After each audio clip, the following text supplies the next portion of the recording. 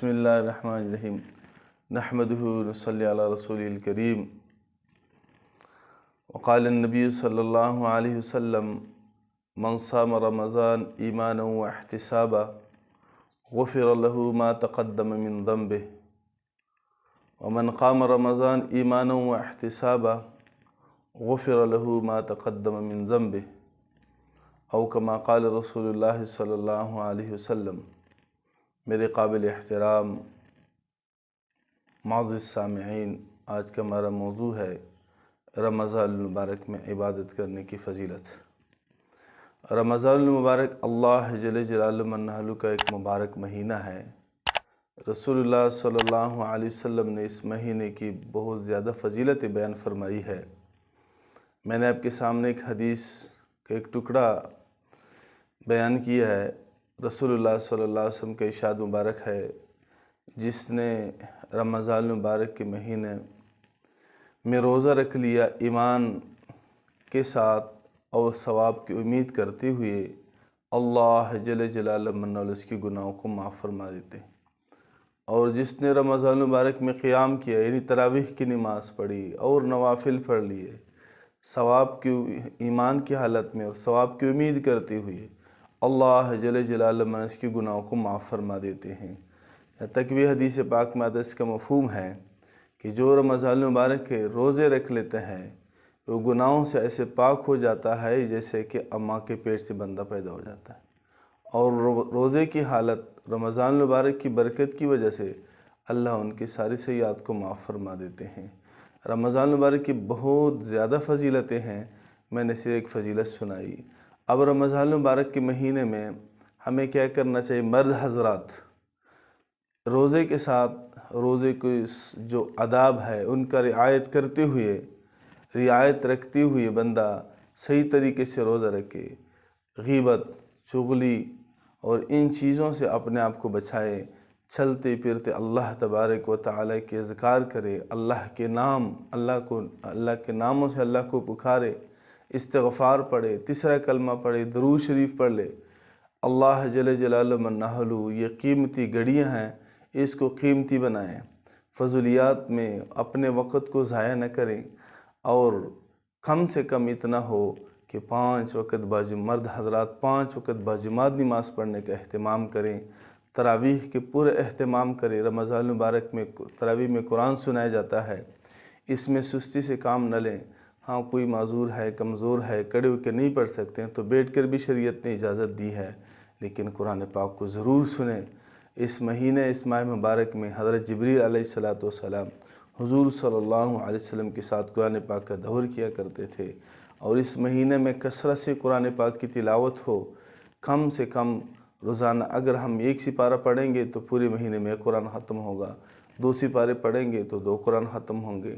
لیکن کم سے کم ہم ہر مسلمان مرد اور عورت یہ نیت کر لے کہ میں نے انشاءاللہ الرحمن اس ماہ مبارک میں 10 دفعہ قرآن کو الف لام سے لے کر والناس تک 10 دفعہ ترتیب سے میں نے قرآن پاک کو مکمل کرنا ہے۔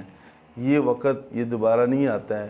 آپ پچھلے سال دیکھیں کتنے مسلمان بھائی بہنیں ہمارے ساتھ تھیں جو آج نہیں ہیں، اور یہ وہ مبارک مہینہ ہے جس مہینے کے لیے رسول اللہ صلی اللہ علیہ وسلم جب رجب کا چاند نظر آتا تو حضور صلی اللہ علیہ وسلم دعا فرمایا کرتے تھے، اللہم بارک لنا فی الرجب و شعبان و بلغنا رمضان۔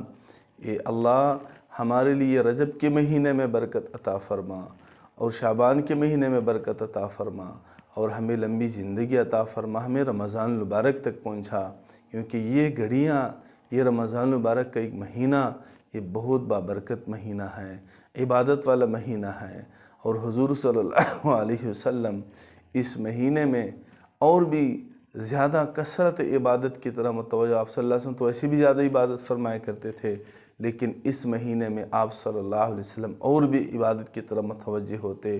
مسلمانوں کی خیرخواہی کا جذبہ ہو، صدقات، خیرات، مسلمانوں کی افطاری، یہ ساری چیزیں دل کھول کر اللہ جل جلالہ کے راستے میں اپنے ساری قربانیاں اللہ تبارک و تعالیٰ کے لیے کر لیا کریں، تو ہو سکتا ہے ہمارے لیے یہی رمضان المبارک کو اللہ پاک نجات کا ذریعہ بنائیں۔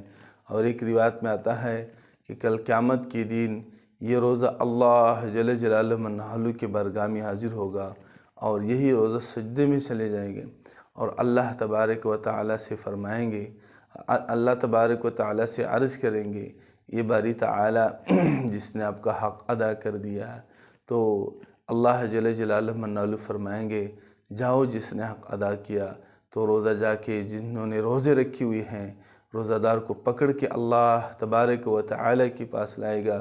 اللہ جل جلالہ منحلو اس کو بہت زیادہ عزت اور اللہ جل جلالہ منحلو اس کو بہت زیادہ مرتبہ عطا فرمائیں گے۔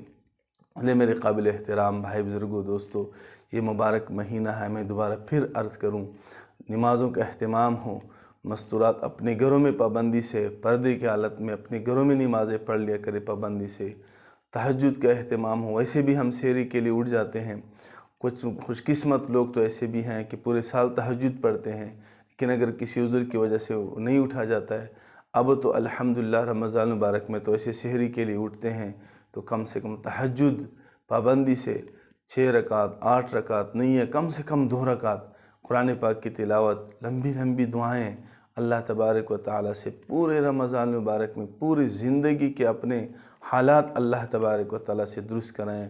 اللہ خود اعلان فرماتے ہیں، ہے کوئی مانگنے والا جس کو میں عطا کر دوں، ہے کوئی پریشان حال جس کی پریشانی میں دور کر دوں۔ اگر ہم خود نہ مانگے تو ہماری خود بدنصیبی ہے، کم نصیبی ہے۔ اللہ جل جلالہ خود دینے کے لیے پکارتے ہیں۔ اس لیے میرے بھائی بزرگوں دوستو، اس ماہ مبارک کو قیمتی بنائیں، اس میں سستی نہ کریں۔ اللہ تبارک و تعالیٰ سے دعا ہے، اللہ تبارک و تعالیٰ اس ماہ مبارک کی برکتوں سے، رحمتوں سے ہمیں کسی مسلمان بھائی کو محروم نہ فرمائے۔ محروم تو وہی ہو سکتا ہے جو شقی اور بدبخت ہو۔ اللہ پاک ہم میں سے کسی مسلمان بھائی بہن کو شقی اور بدبخت نہ بنائے۔ وآخر دعوانا الحمدللہ رب العالمین۔